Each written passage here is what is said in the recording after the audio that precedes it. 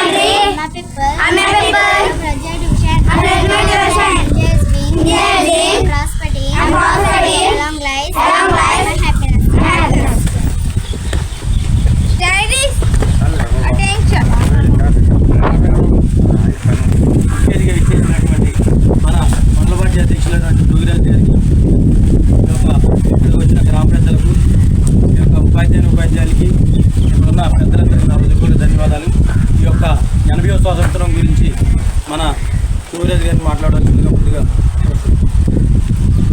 ఈరోజు స్వాతంత్ర దినోత్సవ శుభాకాంక్షలు పిల్లలందరికీ కూడా నమస్కారాలు, పెద్దలందరికీ నమస్కారాలు. మనం మరి ఆ రోజు పెద్దల త్యాగంతో స్వాతంత్రం తీసుకున్న కాడి నుంచి అనేక రకాల అభివృద్ధి కార్యక్రమాల్లో భారతదేశం చాలా ముందంజలు వెళ్తున్నాం. అలాగే మరి దేశం ఎంత పురోగతిలో ఉన్నా కూడా మన గ్రామం కూడా పురోగతిలో ఉన్నప్పుడే మన అందరికీ కూడా సంతోషంగా ఉంటుంది. మనం రాబోయే రోజుల్లో ఈ 2 సంవత్సరాల నుంచి ఈ కోటల ప్రభుత్వం వచ్చిన కాడి నుంచి కూడా మనం అనేక రకాల అభివృద్ధి కార్యక్రమాలు గాంధీ నగరంలో వీటికి 80% రోడ్లు ఆదేశం, అలాగే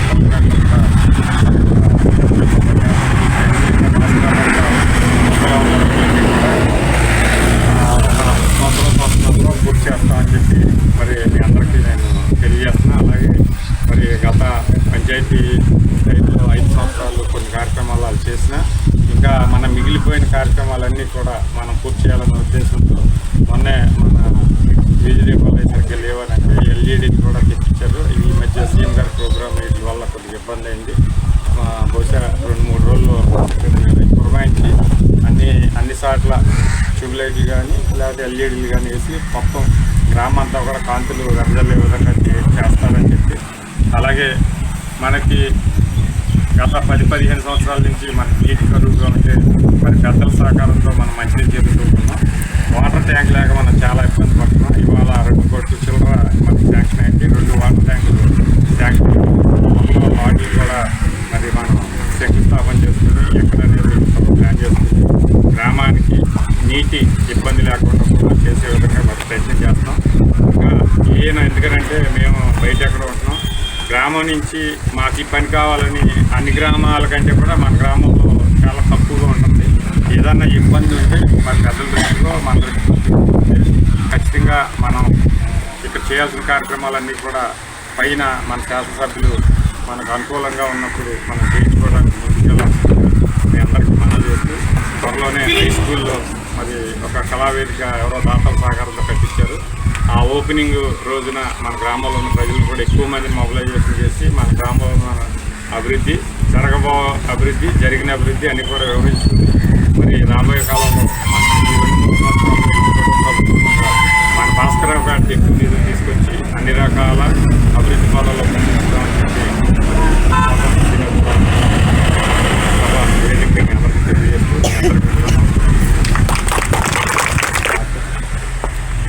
చెప్దాం. ఈ యొక్క 80వ స్వాతంత్ర దినోత్సవం గురించి మన ఎక్స్ సర్పంచ్ అయినటువంటి ఎదురమ్మాయి రండి.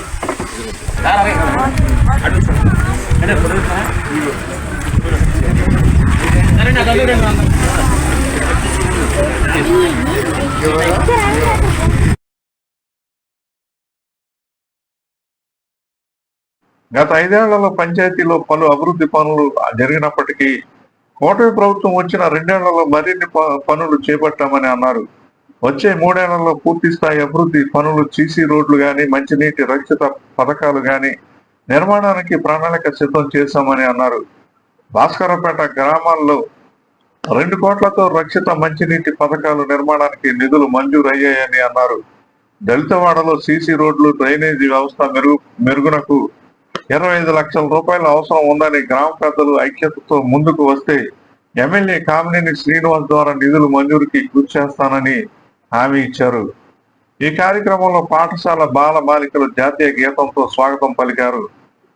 మాజీ సర్పంచులు గద్దె ఆనంద్ కుమార్, మంతెన సుబ్బరాజు, గ్రామ పెద్దలు పోకల దుర్గాప్రసాద్, పిల్లారి చెట్టి వేణు, వేగిరెడ్డి సత్యనారాయణ, పంచాయతీ మాజీ ఉప సర్పంచ్ సాలి మేరమ్మ, ఫీల్డ్ అసిస్టెంట్ ధర్మారావు, పంచాయతీ కార్యదర్శి రామకృష్ణ, సచివాలయ డిజిటల్ అసిస్టెంట్ దుర్గారావు, వైద్య సిబ్బంది, అంగన్వాడీ సిబ్బంది, పంచాయతీ సిబ్బంది, ఉపాధ్యాయులు పాల్గొన్నారు.